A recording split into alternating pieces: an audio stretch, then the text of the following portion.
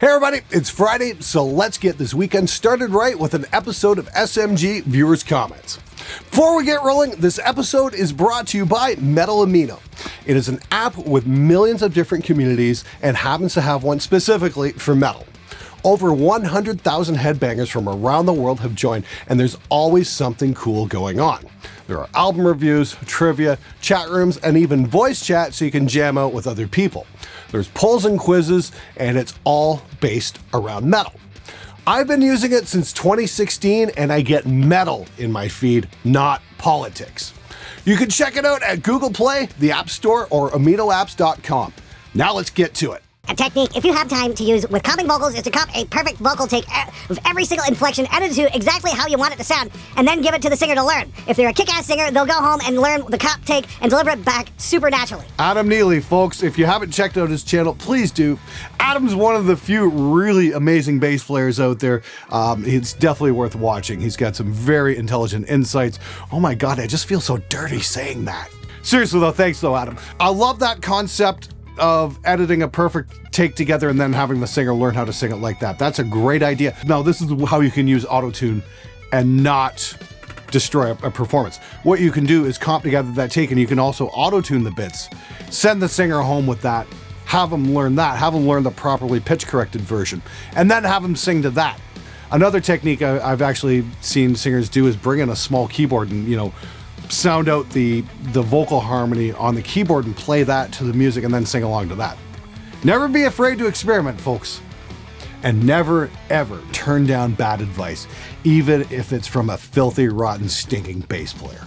Hey Glenn, in recording history, do you know of any guitar players using two 4x12 cabs in the studio and miking both cabs at the same time, panning one left and one right, and then doubling the performance for a fuller sound? Yeah, here's the thing. If you take two cabs and pan them left and right and then record them at the same time, you're not really going to get the same kind of effect as if you do two separate tracks, record the same part twice. It just gives you a bigger sound that way. And that's the thing, if you're hooking up two cabs, doesn't matter if it's 1x12, 2x12, or 4x12. If you're hooking up two of them, you're gonna get pretty much the exact same thing. It's something I might want to explore a little more just to show what exactly happens when this goes on.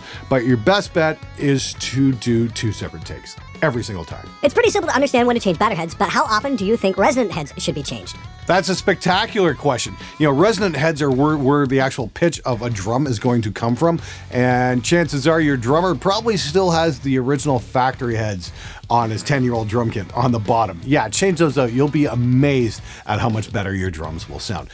As a general rule of thumb, I try to change them out about once every year or so, and that's for a studio kit that doesn't get used every day.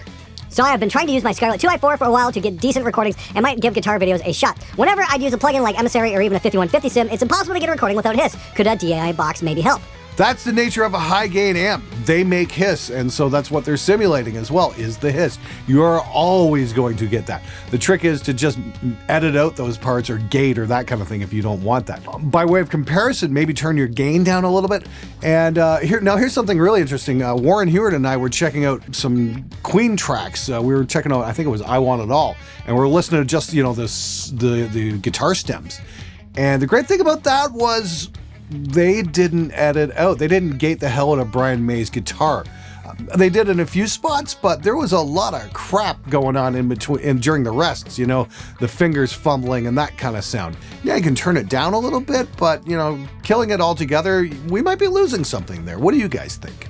How have you been dealing with the recent Adpocalypse as a YouTuber? I hope you've been able to do well regardless. Have a nice day from California. Well, thanks very much, Overlord of Pi. Thanks for asking that. It's been a while since the Adpocalypse happened. For the most part, I turned out okay, and I apologize if I've already answered this question. Kind of going through some older ones and the ones I think are kind of important. Interestingly enough, I found some of my older videos were demonetized, like Viewers Comments number 2, Attack of the Belly Aching Bass Players, was demonetized. It was fine for 3 years, then all of a sudden they've demonetized it. I requested a review of it and they still demonetized it. I guess I said the F word too many times or something like that, which I think really sucks because, I should be able to say that. Advertisers never had a problem with that for 3 freaking years, and I can't say it anymore. And it sucks! Come on, YouTube, you guys have overreacted hugely on this, okay? There's a big difference between what PewDiePie was doing and what I do. It really sucks, and I feel like I've just been, hamstrung a little bit because of it. So now I have to watch my language if I want to make any kind of money. So that really does bite, but thank you for your concern. The thing is, you can say it once or twice in a video and it'll get demonetized, but if you contest it, it'll get remonetized, but apparently you will be completely demonetized. So my big question is, how many Fs does it take to get demonetized completely on YouTube for a video? We ought to do a song on that. Hey man, do you have any advice on DIY studio desks? I'm looking to make one for my home studio because the ones they sell are really freaking expensive. Any tips would be awesome. Love your channel and fuck you, Glenn. Oh no, I just said the F word again. Oh great. Hopefully this video doesn't get demonetized. I'm sorry, YouTube. Please give me money. Okay, seriously, on the question at hand, this desk was built by my good friend Brad Wright over at DIY Builds. You should check his channel out. He's got a video on how he put it together. And his channel's starting to take off as well, which is really awesome. Brad does some really amazing woodworking. This was a real custom job. He did like a 3D model of it, and we tweaked it out before any of the stuff was purchased or put into motion. So I don't know the first thing about building studio desks, but I do know a few years ago, IKEA had something that was pretty cool. That was fairly affordable. That actually worked pretty well in the studio. I don't remember the particular name of it. I'd recommend checking out their site. Greetings, Mr. Glenn. Do you have any advice for someone looking to customize their own bass guitars and learning to set them up? Here in England, if you look like you don't understand something, someone is likely to rip you off and charge a fortune rather than the actual cost. So I'd rather learn to do it myself. Many thanks from a bassist who's trying. Well, hey, Chris, thanks for asking. My suggestion would be check out a few other YouTube channels, maybe Scott's Bass Lessons or Adam Neely. They might have some knowledge on how to get some technical know-how. Generally, though, how I did it was, you learn by doing.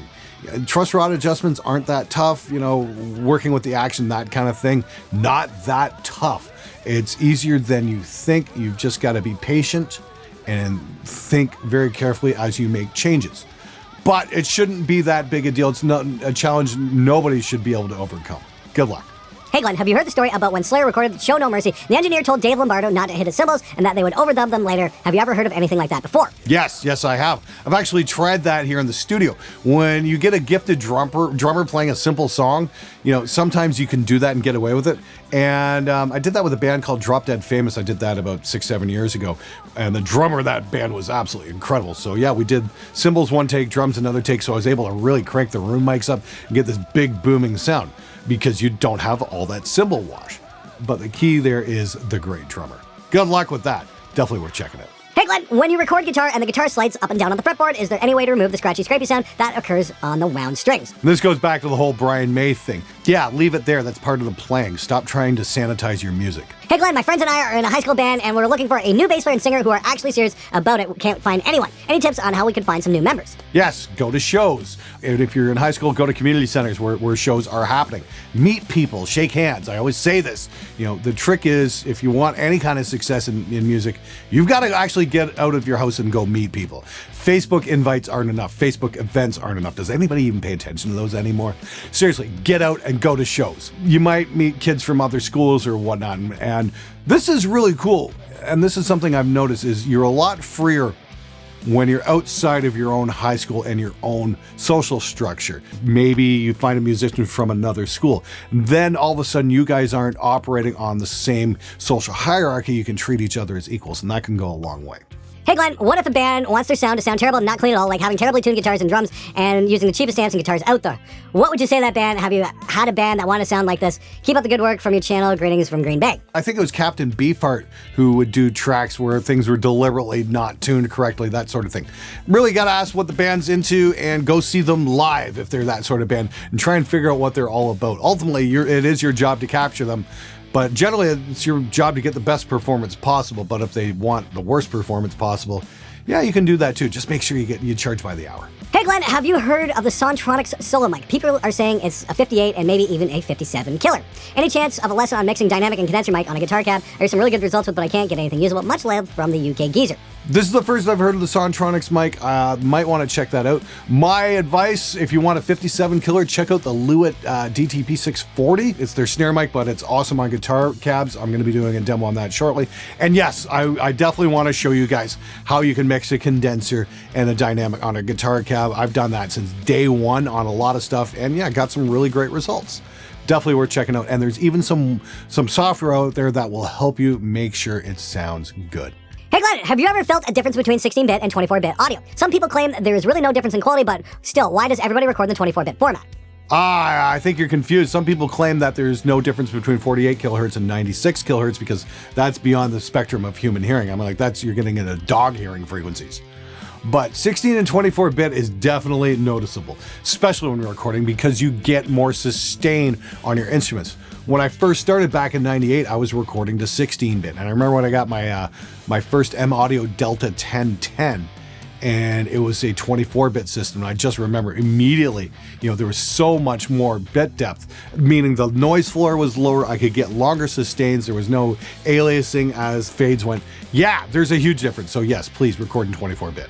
Always. Hey Glenn, when did your mixes start becoming what you thought were good? 2006. I did a project for a band called Black Creek, and I remember we got this raging guitar sound, and I remember saying to my friends, I'm like, yeah, I had a big breakthrough on this project. There was a good chunk there from like 98 to 2006 where things were okay, but not great. I did a couple Kelter records in that period that turned out wonderful, but for metal records, I was never really happy with a lot of the stuff until about that point. Glenn, I love how you're making people mad by basically just suggesting that they should be good at what they do, like practice every once in a while. I really hope I didn't already do this question. My sincere apologies if I did. I need to clear out my screenshot folder and just start taking new ones here. So yes, this will be the last question of the old batch. But thank you for that, Chris. I really appreciate that. George Carlin always said this and said this the best. Everybody likes it when you're honest, until you're honest about them. Then you're an asshole. All right, everybody, that's it for this episode. Thank you so much for watching. If you like the song at the beginning of the episode, it's called Song 232. There's a full music video for it in the channel. And there's also a 3-hour video lesson detailing how I put that mix together and tracked it, the whole thing, in Pro Mix Academy. You can check the link in the description below. Until next time, Hasadiga Ibaway.